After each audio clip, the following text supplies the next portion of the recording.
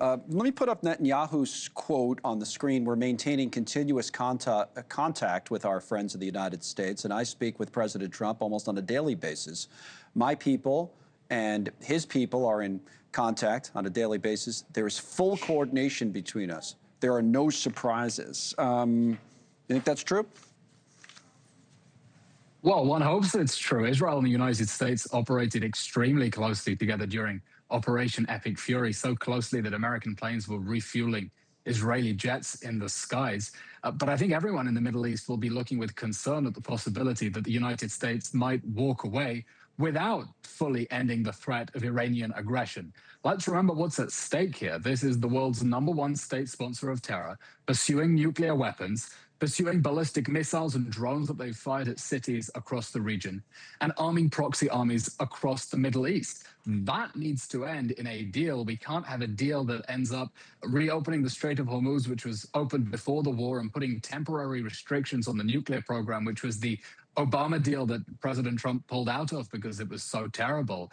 But here in the Middle East, there will be very serious concern that this will not be seen all the way to the end, and they will be calling on the United States to keep up the maximum pressure on the Iranian regime, because if this does not end with the containing of Iranian aggression right now, then Iran will continue to attack its neighbors, just as we saw it did throughout Epic Fury. So then is what Netanyahu's doing in Beirut, as was just described, this strike going after a Hezbollah commander, part of trying to, because of some of those concerns you talked about, get ahead of this and get as much in as possible before whatever is agreed to is agreed to?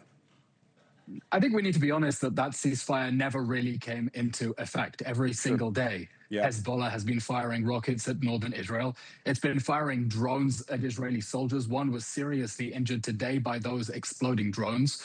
The war with Iran's proxy army, Hezbollah, did not end. It just moved to a lower intensity conflict. And today, Israel saw a very high-value target.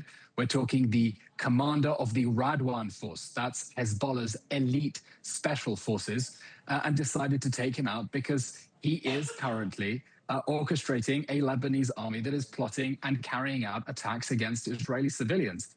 But definitely, Israel does not want this conflict with Hezbollah to end, with Hezbollah still in control of huge parts of southern Lebanon, still able to rearm and rebuild that force. And that is exactly what will happen if this ends with Hezbollah still on its feet.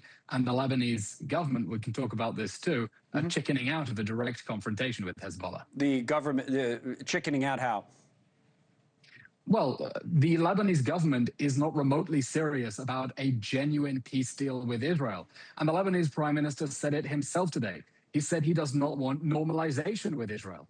Normalization is exactly what viewers at home think of when they think of peace. It means having an ambassador in each other's country, having business and trade ties, having flights and tourism. He's saying he doesn't want that. Not only does he not want that, he wants to disarm Hezbollah through direct discussions. That's a euphemism for asking them nicely. And so there's concern in Israel that the Lebanese government is just trying to buy time to get an Israeli withdrawal that will allow Hezbollah to rearm instead of seriously dismantling this Lebanese militia that takes its orders from the Islamic Revolutionary Guard Corps in Iran.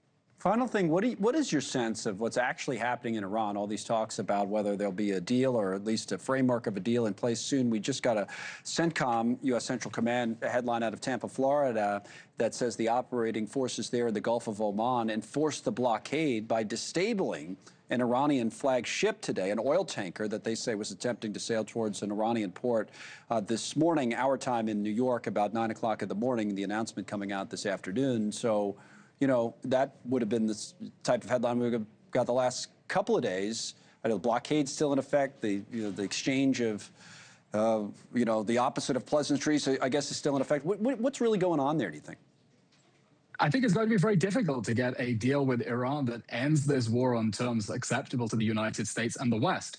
And that's not only because the Iranians have shown no willingness to give up their doomsday weapon of their nuclear weapons capability, but also because it's not clear who's in charge. in Iran. The entire leadership was decapitated at the beginning of the war. They sent a huge delegation to negotiations, clearly to keep an eye on each other. It looks like the Revolutionary Guard Corps is in charge. General Vahidi is calling the shots. But to the extent that the Revolutionary Guards are in charge, those are the hardliners of the hardliners who are opposed to any deal that will see Iran no longer a threat to the region. So I hope we get a deal that ends the threat of Iranian aggression. I struggle to see how we get that. Don't you get a sense, though, that President Trump just wants out of this?